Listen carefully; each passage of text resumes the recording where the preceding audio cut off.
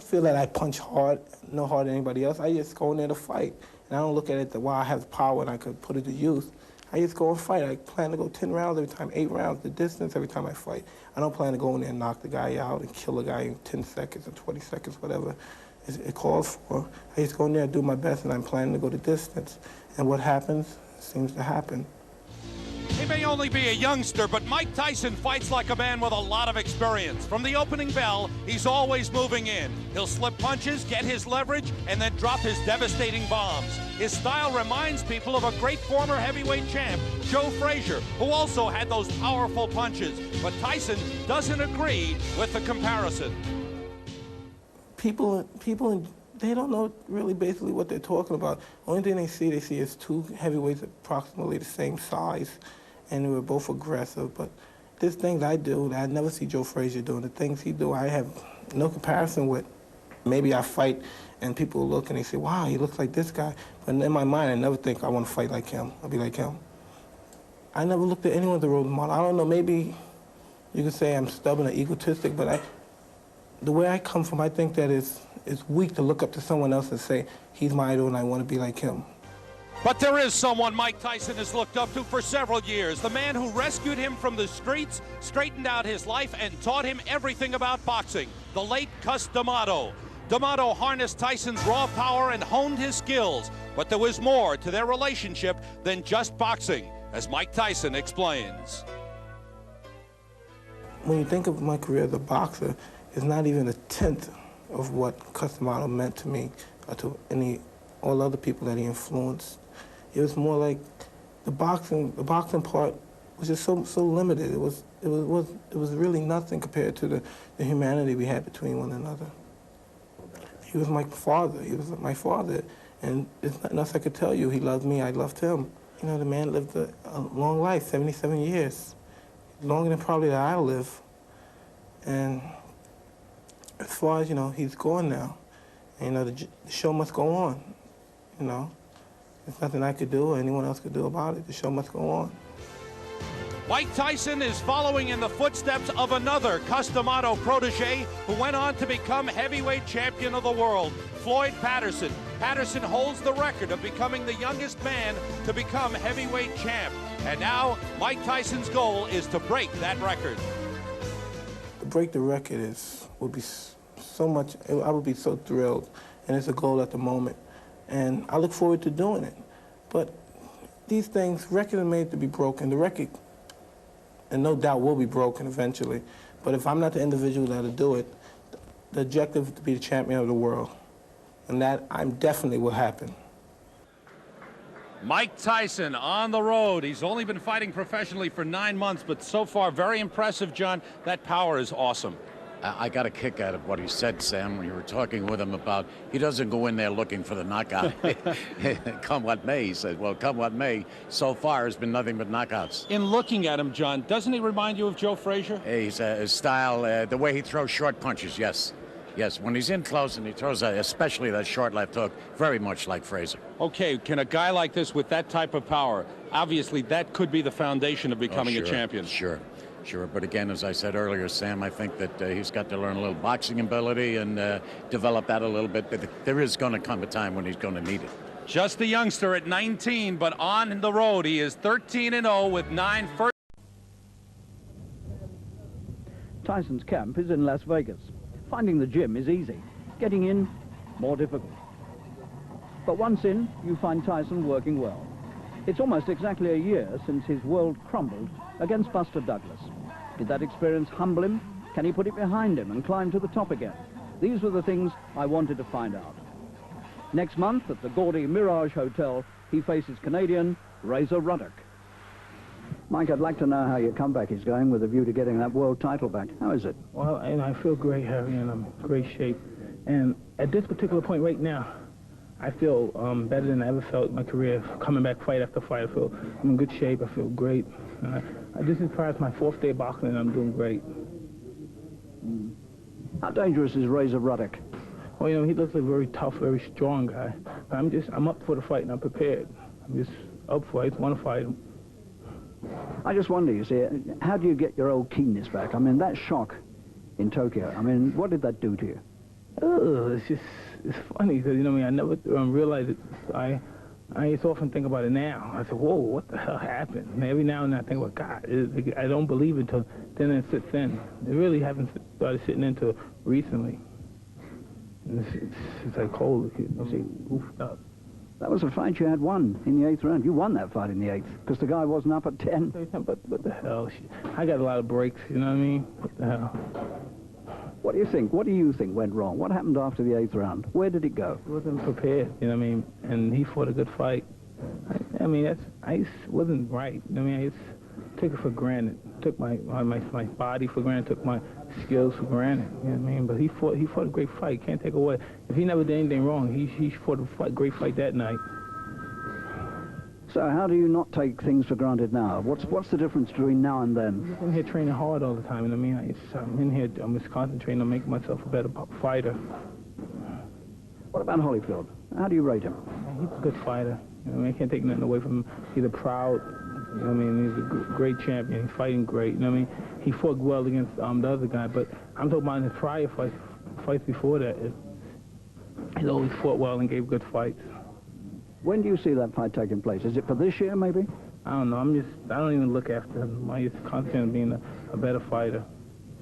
You're a man who, you see, you understand the history of boxing, and you're very proud of your own place in it, and I know that you want to be one of the greats of boxing.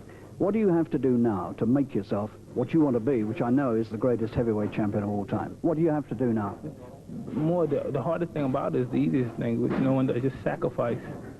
I mean, just leave the girls alone, leave, you know what I mean, the late nights alone, just concentrate on what you do. I'm a fighter, I'm not a nightclub dancer, I'm not a gigolo, I'm a fighter, and that's what I concentrate on. But can you put all that behind you and concentrate just on being a fighter? I mean, you've got all the money in the world, you don't need money now, do you? It's very difficult, but yeah, I really can, I believe so.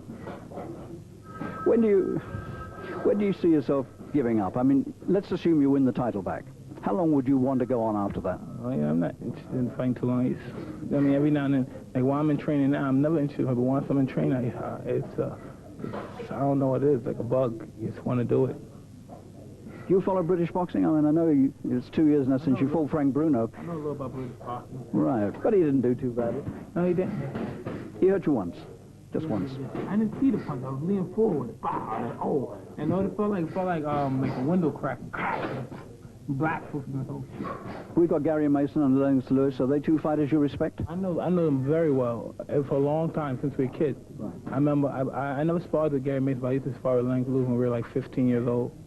I knew him. And I haven't seen his progress as a professional that much. But he was always a good amateur. Well, he stayed amateur a long time. He had 2 Olympics.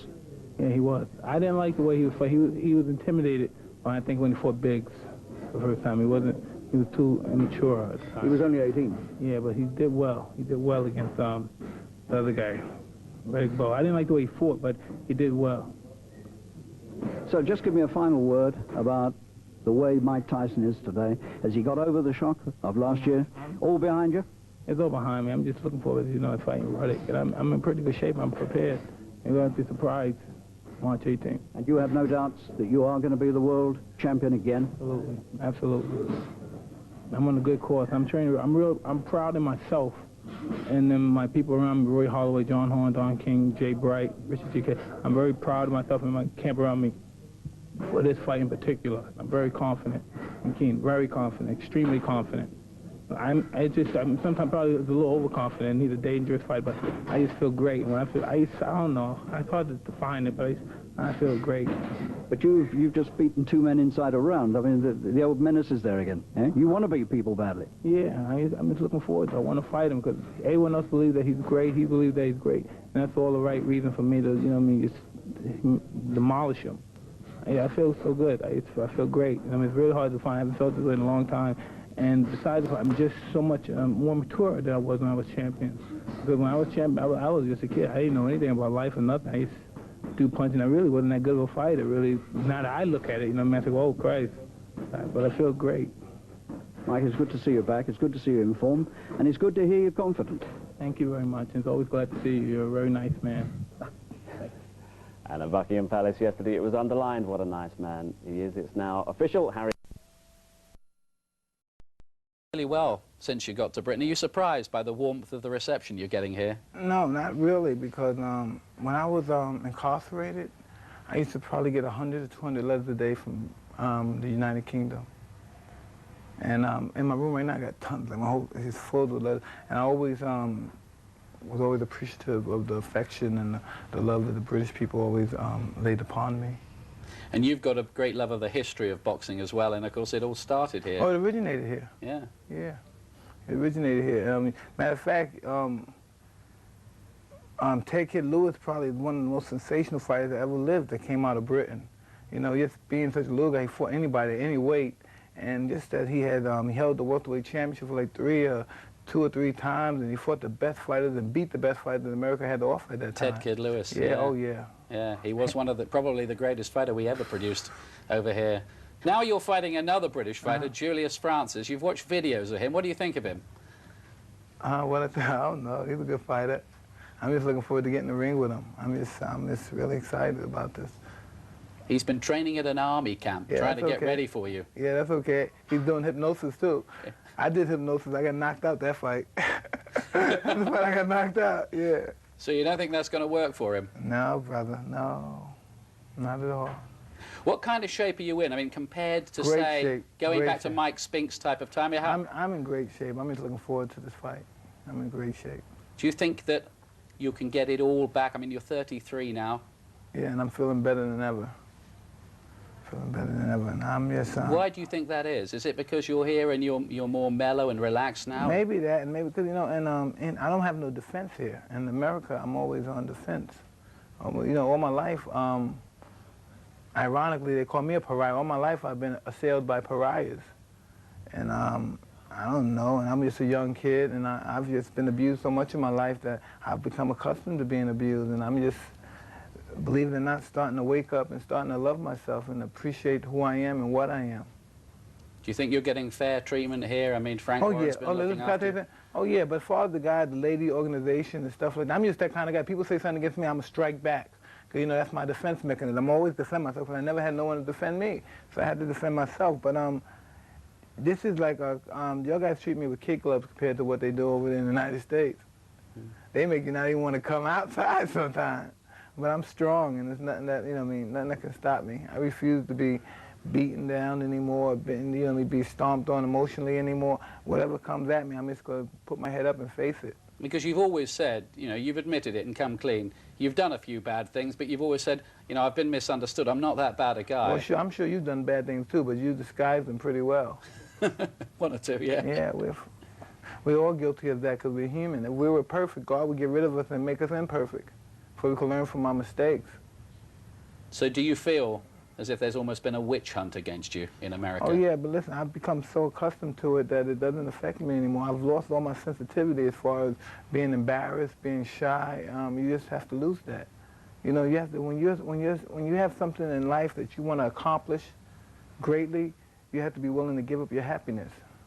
Because whatever you want, and especially when you're striving to be the best in the world or something, there's going to always be disappointments.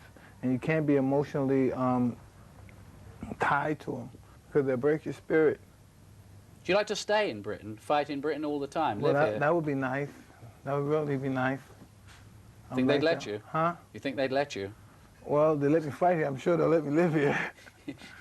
Let's get back to the fight. 21,000 people snapped up all the tickets to see you in 2 days. What do you think is your magnetism for fight fans? I don't know, but then there's another 60,000 that couldn't get tickets, and I think they should just raid the gate. They should just crash the gate and come in.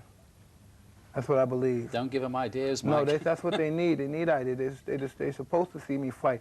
If I'm a fan of somebody, I remember when I was a fan of watch Duran and these guys fight, I break in, I crash the gate, I break in. I rally up a bunch of guys from the street. Come on, man, come on. They can't stop us, and I just crash right through the gate. Well, maybe we can have you back here in the summer and you can fight at Wembley Stadium in front of 80,000 people. Well, that'd be nice as well. But I think those 80,000 people should try to come in and pay a visit to the little Manchester as well. Let's talk about Lennox Lewis, because he's your ultimate aim. You sparred together. What happened? Well, we just boxed, and I hit him and I knocked him out the ring. Did you? Yeah, and he came back in the ring and he tried to kill me. But, you know, yeah, we boxed a few times. That's really not fair, because I was a pretty developed fighter back then. And he wasn't that experienced, but he's come a long way since then. So what do you think it would happen if you and Lennox Lewis met today? When I do meet with Lennox Lewis, I will knock Lennox Lewis out. Tell us why you think that would happen strategically. Oh, I used to believe that I'm better. When I'm at my top of my game, I believe I'm better. How many more fights do you think you need? Because I think I looked up your record. You've only had 13 fights in the last 10 years. How many more fights do you think you need before you go back in with a Lewis? I don't know. Maybe the end of the year, 3 more fights, 4 more fights. But, you know, and 13 fights in 10 years. But you have to understand, I've taken great care of myself. I preserved myself. And I've been blessed as being one of those fighters that just was durable enough emotionally and physically to go through the stress and the drama that I've been through.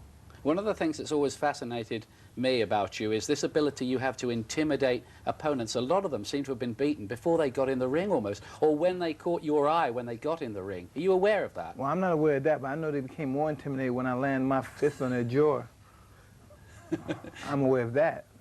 Where do you think your place is in boxing history, alongside the Marcianos, the Joe Lewises, Jack Johnson, Dempsey, all those people, Ali? Where are you? I'm never going to be in those guys' leagues because I've been in an era where I've been assailed by the media most of the time, and I had this ridiculous rape conviction and all this. I had some fights with some people with road rage, and they used that as just being something to catapult and strip me down all the time. But you know what I mean? It doesn't matter. The only thing that matters to me is that the fighters, my peers, know where I belong, and they know who I am. I don't care what the trainers say about me because they never took a punch in their life, and they just most of those guys that talk negative about me are glamorized cheerleaders. And well, you just ask a fighter what he thinks about me. That's all that matters. The only thing that matters is the respect for my peers. Anyone can say anything they want about me. Do you think you've been wronged then? Do you think you've been badly wronged? You mentioned the rape case. Definitely. But the fact is, you didn't do that. That's what can I tell you something? And I'm not trying to be pompous. I'm not trying to be arrogant. I could walk down the street and get 50 girls to pay me to make love to them. But the reality is, I have to carry the weight of a fool because even though other people contribute to me, I have to carry it alone and be strong and steadfast and be a man and always keep my head up. But the fact is, I've made a lot of mistakes in my life, and hopefully I don't make as many as drastic as I did in my youth. I don't know if I'm different. I'm probably just more aware, and I've never been aware. I was a young kid, 19 years old, with a ton of money, and it was just, I was running with my head up my tush. I didn't know what was going on. I really didn't know what was going on. I really didn't know. Do you know now? I'm just asking God for forgiveness. You know, I just hope he forgive me. I just didn't know what was going on. I didn't know I was making such a jackass with myself when I was a kid.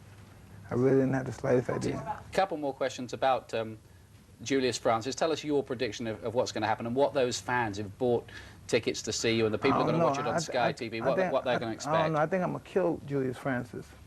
I'm just ready for this fight. I'm ready to fight, and I just want it bad.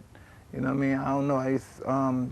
You don't mean kill him, really, do you? You mean knock him out, don't you? Well, I hope he gets up after he gets knocked out, but, you know, that's just the motivation I have. I just want to fight and do well. Yeah. I just said that because the people will pounce on the quote and said, oh, Mike Tyson wants to kill Julius Francis. That's okay. You know, people, Listen, happen. Can I tell you something? Yeah. It doesn't faze me what anyone says about me. It doesn't matter what anyone says about me. You know what I mean? I'm a totally different entity what other people think. Michael and Tyson are two different people. I'm Tyson here. To my children and my wife, I'm Mike and Daddy, but I'm Tyson here. Tyson's nothing. Tyson's just a freak. Tyson's just somebody that generates a ton of money. No one knows me. No one has any kind of consideration for my feelings, my pain, anything I've ever been through in my life. You know what I mean? You have no iota who I am or what I am. You know what I mean? They don't even know why they cheer for me. Why I'm a good fighter, because I stand up for myself. They don't even know. It's just it's an excitement about the whole thing. But that's Tyson, and that's not who I am. I become that person, but I'm Mike and Daddy. And the only time you're that person is when you're in the ring, yeah? Oh, absolutely. Right now, I'm Tyson now. I'm Tyson right now. The guy. Yeah, I'm the guy. I'm the guy that's going to generate this and it's going to make the whole freak show happen on the 29th. Everyone's going to come and watch me kill somebody or beat somebody up and knock somebody out. When it comes to Tyson, I'm the attraction. Tyson, we need Tyson here. I don't know if you understand when I say Tyson. That's the attraction, other than Mike. And only thing people care about collectively is Tyson. And I mean, socially, my family care about Mike. But collectively, Tyson's Tyson's the ticket. Tyson's the money maker. Not many people care about me, care about Michael personally, because Michael personally is just some nigga out of Brownsville, Brooklyn that just happened to make it one day that was lucky. You know, where I come from, I'm the piece of gum on the bottom of your shoe. Well, you know what I mean? God has blessed me to, I don't know, to put me in this situation. I guess to be around, I don't know, I guess you guys supposed to be decent people, right? Oh, what the hell? I don't know, I'm ready to get the hell out of here. Yeah. Just tell us one more thing before you go. What? How much longer do you want to fight on? I don't know. Sometimes I wake up, I want to stop tomorrow, and then sometimes I wake up, I want to fight for 20 more years. Depends on what frame of mind I am. Fire's still burning inside, is it? Yeah, really. It really is. I used to, I like fighting because I like my children to live a life that I don't have to live. You know what I mean? I would die. It would kill me if they had to go through what I went through. Because mostly people don't survive. I was lucky to survive.